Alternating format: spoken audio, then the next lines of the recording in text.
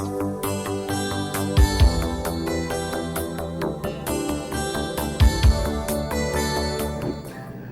afternoon. I want to welcome all of you to this lecture in our ongoing leadership lecture series featuring alumni.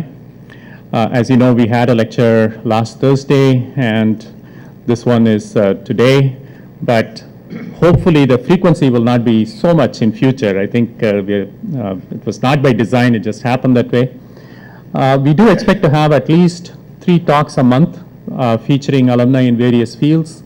So do continue to attend the talks. I'm sure that you'll get very valuable lessons from each one of them. Our speaker today is Mr. Anand Kripalu. He is an alumnus of the 1980 batch, same batch as our director, Professor Bhaskar Ramamurthy. And he is currently manager or president India and Southeast Asia for Kraft Foods. He has been with Kraft Foods now for 2 years, is that? 7 years since Cadbury and 2 years since Kraft took over. So he was actually with Cadbury India and he took over as managing director of Cadbury India back in 2005. This was for managing director for the Indian subcontinent. And he was also subsequently appointed as president of Cadbury Asia in October 2008. Before that, he had worked with Unilever for 22 years, joining them in 1983. And with Unilever, he held several positions in sales and marketing.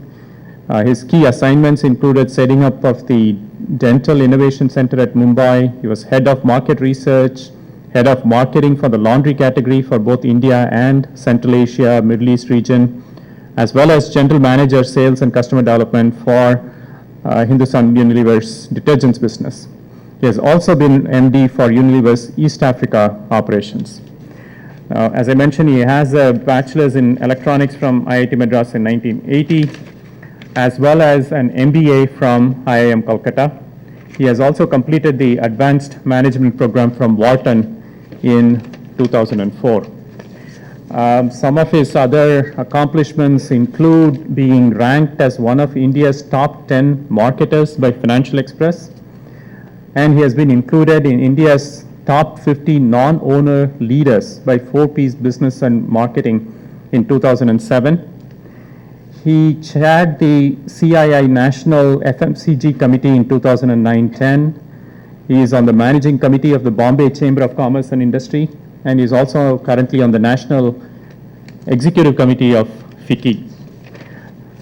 So Anand is a man of great accomplishments, and without further ado, I will let him speak to you. Thank you very much. Thank you and very good afternoon. I must say some things have never changed, which is, the first few rows are always empty. So in the last 32 years at least, there are some things that have stayed exactly the same as they were. It's really a real privilege to come back here and, talk to people who are in the Institute today after 32 years. It's a homecoming, a bit like going down memory lane. I went into the hostel earlier this afternoon to seek out my old room. The room was there, the room number had changed, but I found the room as well. I went to the toilets as well to see if they had improved or whether they were still the same. They're still the same. So, but it's fantastic, and I want to thank the IIT Madras team for really inviting me here for this session today. I hope you all got some chocolates as you entered the room. You did? Well, all I can tell you is there's one of the advantages of inviting me to speak is that whether you get much out of my session or not, you still get something to chew on, right? So at least enjoy the chocolates. You will know in a bit whether there's going to be any fun and games in what I have to say. One of the revelations for me to come back to academia or to an academic institute was the fact that I was accosted every time and says, "What is your lecture going to be about?" And I said, in the corporate world, we don't lecture. You at best make a presentation, but the word lecture is so academic in some ways that you genuinely feel you're back into an academic institute. Today is really not going to be about giving fundas. I don't know if the word fundas is still used on campus. Here it is. Well, that's another thing that's not changed. I'm not going to be giving fundas. There's no way that I could give technical fundas, to people like this. But what I'm going to try and talk to you about is some of the lessons that I have learned in my career. And they are, lessons of life and lessons in business. And I'm going to try and bring out some of those lessons, if I can, with some kind of a story.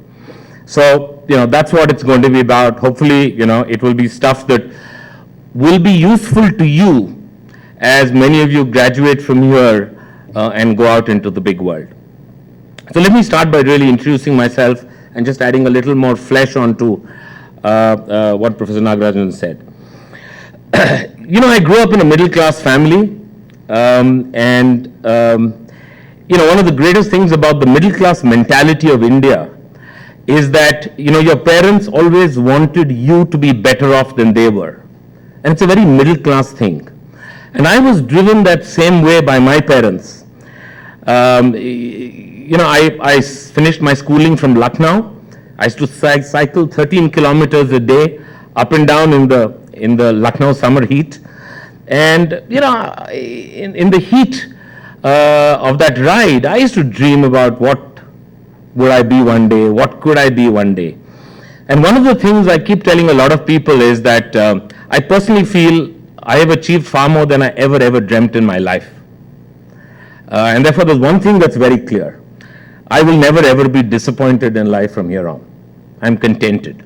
And I think that contentment is a very, very important state of mind. It shouldn't come too early for you, right? But it's important that it comes at some point in your life. I came to do engineering here, BTech in electronics, so I was in the same batch as some of the people here, and Bhaskar as well. And I came to do engineering not because I wanted to do engineering.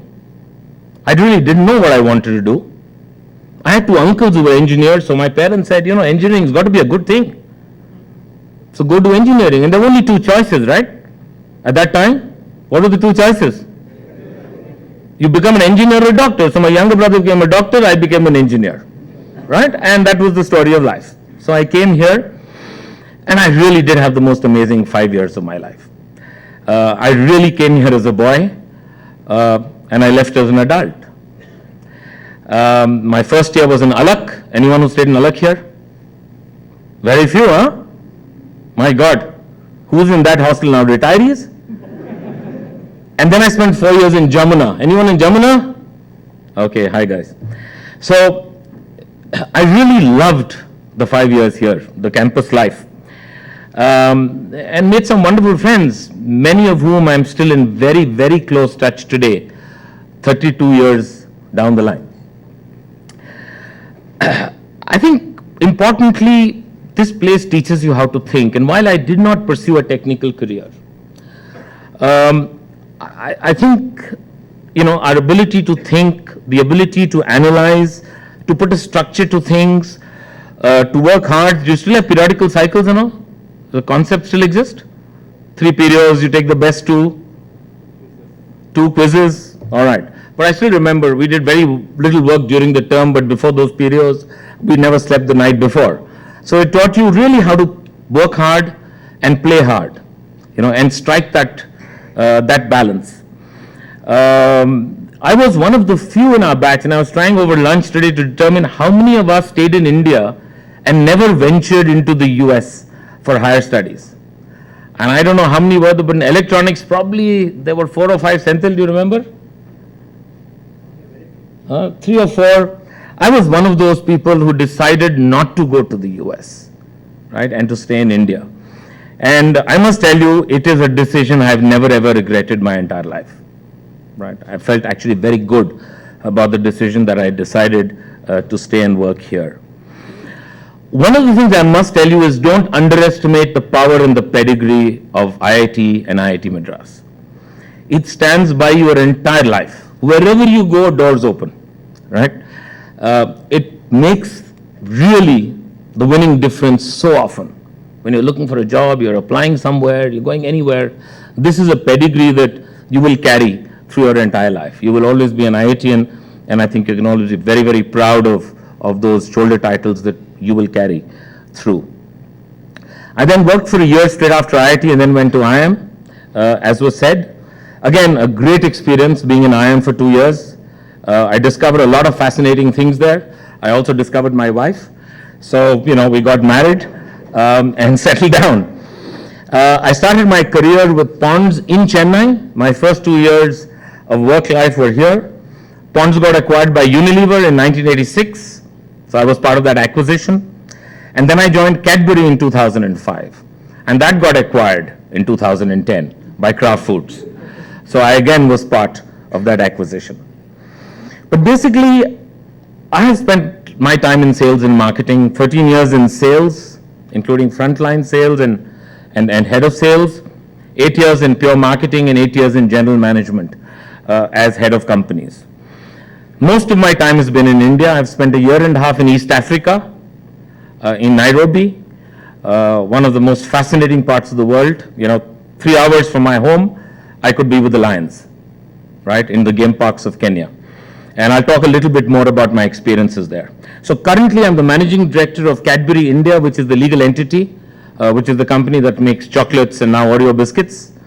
And I'm the president of India and Southeast Asia. So I oversee some of our Southeast Asian countries like Malaysia, Philippines, Thailand, Vietnam, and so on and so forth. So that's about me. Now, while I said much of what I'm going to talk about today is going to be about my personal lessons in life, I am representing a company, and I want to show you an audio visual that just tracks the history of this company in India.